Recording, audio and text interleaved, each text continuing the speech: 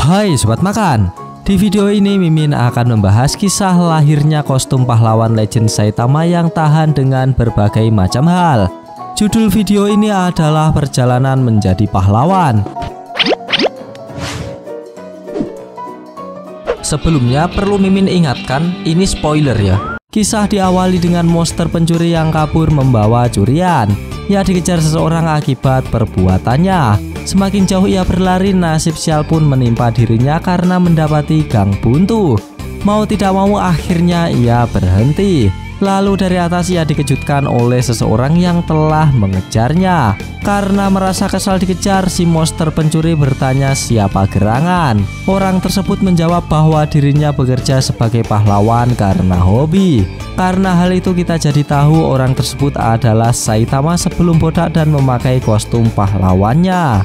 Setelah memperkenalkan dirinya, Saitama lompat dari atas. Namun tanpa diduga celananya kecantol tiang yang menyebabkan celananya sobek. Mengetahui hal tersebut, Saitama langsung menutupi celananya.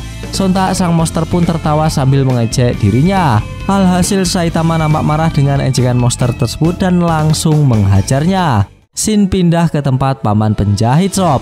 Di sana paman penjahit ditagih oleh penagih utang. Namun paman penjahit tak memiliki uang sepeser pun. Padahal besok sudah jatuh tempo. Jika besok tak dapat membayarnya, maka akan ada hal buruk terjadi pada tempat usahanya. Scene kembali ke Saitama lagi.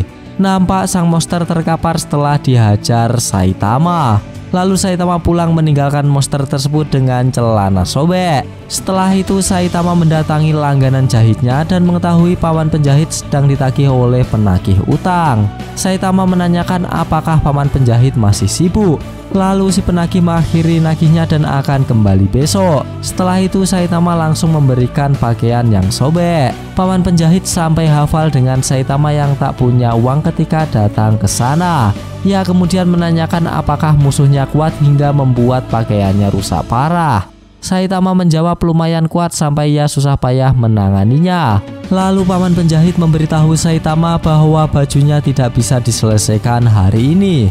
Ia menyuruhnya untuk kembali lagi besok. Setelah itu dia akan menunjukkan sesuatu kepada Saitama perihal seragam olahraga Saitama cepat sobek. Ia menunjukkan desain dan berpikiran membuat baju pahlawan untuk Saitama dengan bahan khusus. Karena sebagai pahlawan Saitama harus bertransformasi. Saitama nampak senang mendengar hal tersebut. Apalagi paman penjahit mengatakan kostumnya tidak akan sobek oleh serangan apapun. Namun setelah melihat desainnya, Saitama memutuskan untuk tidak dibuatkan saja. Kostum tersebut bernama Hakama Decor.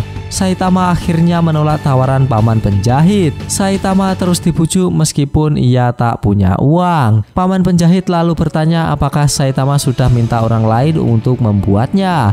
Karena Saitama bingung, ia pun mulai mencari alasan supaya tak menerima tawaran tersebut. Namun Saitama berpikiran bahwa paman tersebut sudah banyak membantu. Jadi ia sungkan untuk menolaknya. Dengan sigap alasan Saitama memakai baju olahraga supaya bisa diperbaiki berulang kali sampai ia menjadi pahlawan sejati. Mendengar jawaban Saitama, paman tersebut memikirkan dua kali lagi soal tawaran tadi. Setelah itu Saitama menunjukkan desainnya dengan mengatakan terlalu cepat baginya memakai hakama berdekor tersebut. Namun setelah menjadi pahlawan sejati, ia akan minta bantuan paman penjahit kembali. Karena saat ini menjadi pahlawan hanya sekedar hobi. Saitama kemudian pamitan sob. Sebelum pergi, paman tersebut berkata kepada Saitama, karena cuma hobi, jangan terlalu berlebihan. Dan juga akhir-akhir ini situasi sekarang kurang aman. Akibatnya banyak toko yang gulung tikar. Scene pindah kembali sob. Penagih utang kembali untuk melapor kepada bosnya bahwa paman penjahit belum ada uang. Bosnya tersebut nampak senang karena toko penjahit akan menjadi miliknya. Bos tersebut ingin menguasai distrik toko bukan karena uang, melainkan hasratnya yang tidak bisa dipendam apabila tidak menghancurkan semuanya. Lalu muncul penagih utang yang lain dengan membawa sertifikat seharga 3 triliun. Bos tambah senang mendengar hal tersebut sob. Scene pindah kembali ke Saitama. Ia menemukan banyak perbedaan di mana banyak toko yang bangkrut akibat situasi yang tidak aman. Padahal Saitama sudah menangkap banyak kriminal, di antaranya copet, maling, pengutil dalam 1 minggu. Saitama berpikir apakah hal ini disebabkan oleh keamanan yang memburuk.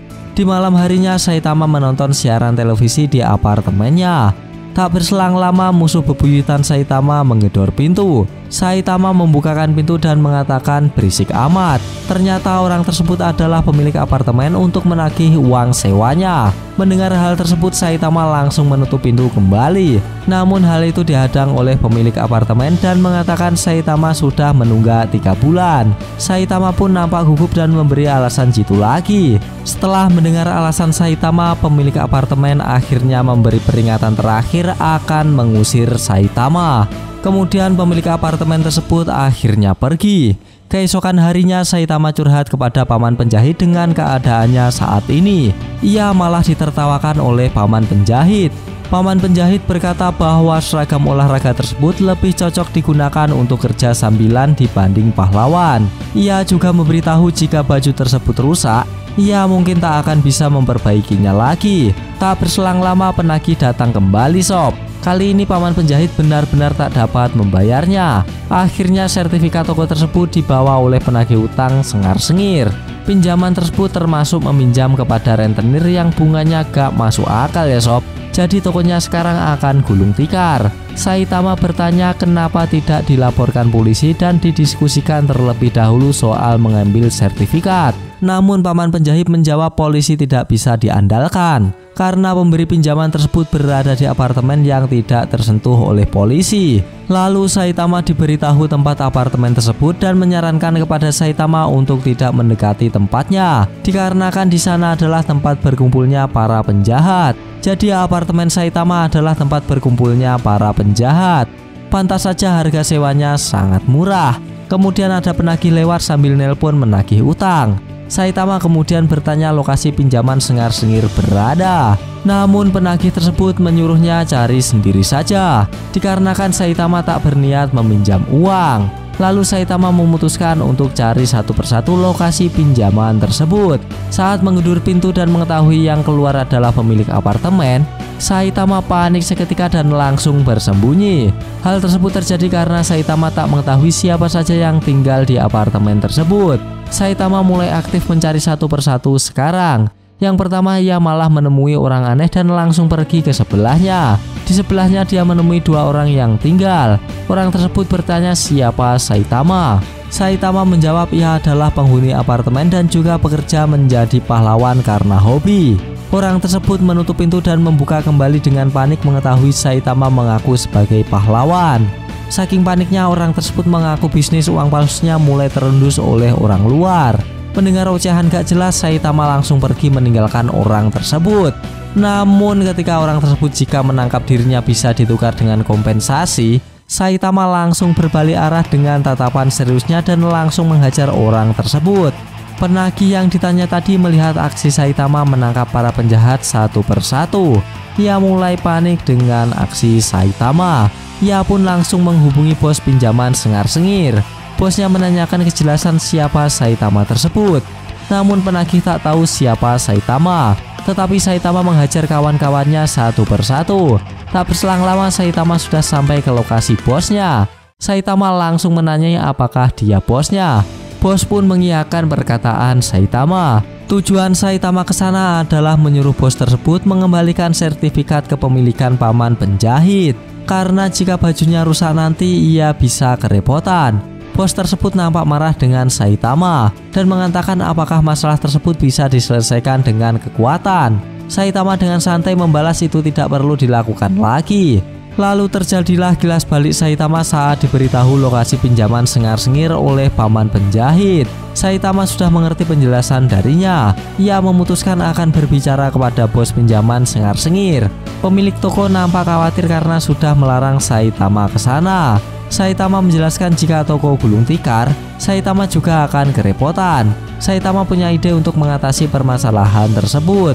Kembali ke masa sekarang, Saitama menunjukkan kwitansi pembayaran paman penjahit yang sudah lunas kepada bos pinjaman.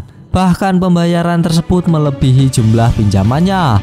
Bos tersebut langsung marah besar ketika Saitama menagih sertifikatnya dengan bukti tadi. Lalu ia pun menunjukkan dirinya yang sebenarnya. Ia adalah monster. Hal tersebut membuat Saitama kaget seketika. Di lain sisi paman penjahit sedang menjahit baju dan juga mengkhawatirkan nasib Saitama. Seharusnya ia mencegah Saitama berbuat hal demikian. Paman penjahit tak dapat berbuat apa-apa dengan argumen Saitama. Ia malah terkesima dengan sosok Saitama tersebut. Setelah melihat Saitama melangkah demi melangkah pergi, ia melihat baju pahlawan yang cocok untuk Saitama dan memutuskan untuk membuatnya. Kembali ke sisi Saitama, ia nampak akan duel 1 versus 1 dengan bos. Bos tersebut menyombongkan dirinya bahwa dengan transformasi kekuatan monsternya saat ini, Saitama bukanlah apa-apa. Namun Saitama menanggapinya dengan santai sob. Ia mengatakan bos tersebut bukan bertransformasi, dia malah mirip dengan penjahat kelamin. Saitama terus-menerus menyebut penampilan bos tersebut mirip penjahat kelamin dan terakhir mengatakan cabul tulen. Mendengar perkataan Saitama, bos tersebut jelas tak terima dan langsung menyerang Saitama dengan pecutan maut. Saitama bisa menangkis dan menghindarinya, namun tidak dengan bajunya. Karena serangan tersebut, bajunya akhirnya menjadi sobek. Setelah itu bos mengatakan jangan meremehkan penjahat berkompensasi kelas A. Mendengar kata kompensasi, Saitama langsung bereaksi dan langsung menghajar habis-habisan. Setelah itu Saitama datang ke pemilik apartemen dengan membawa penjahat yang telah ia tangkap. Ia berencana menukar penjahat tersebut dengan kompensasi. Namun reaksi pemilik apartemen tak senang sama sekali mendengarnya, karena pohon uangnya dirusak Saitama. Dan akhirnya Saitama diusir oleh pemilik apartemen. Sekarang ia pun hanya bisa melongo di pinggir jalan. Kemudian paman penjahit menemui Saitama dan mengajaknya ke toko.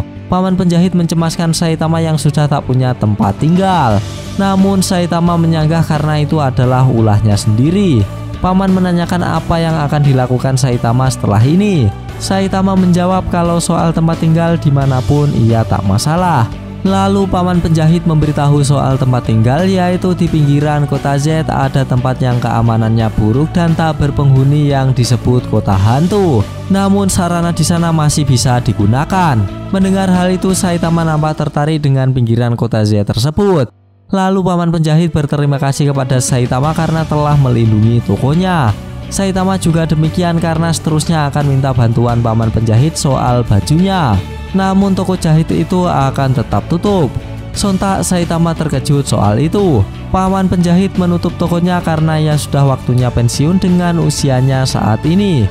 Dengan wajah sedih, Saitama menerima keputusannya. Lalu sebagai gantinya paman penjahit memberi baju pahlawan yang didesain khusus kepada Saitama. Karena itu adalah ciptaan karya terakhirnya yang sangat memuaskan bagi paman penjahit. Ia juga mengatakan pasti Saitama akan mencarinya meskipun sudah pensiun. Saitama nampak senang sekali mendengar hal itu. Setelah dipakai, Saitama bertanya kepada dirinya apakah dia akan dikira mesum jika menggunakan baju tersebut. Dan akhirnya kita tahu asal-usul baju pahlawan tersebut yang diceritakan pada muridnya. Meskipun pada awalnya Saitama malu menggunakan pakaian tersebut, karena terbiasa ia jadi tidak malu lagi. Mungkin sudah saatnya Mimin undur diri, karena ia sudah capek ngomong lama begini. Ya, sampai jumpa di video berikutnya. Goodbye Didi.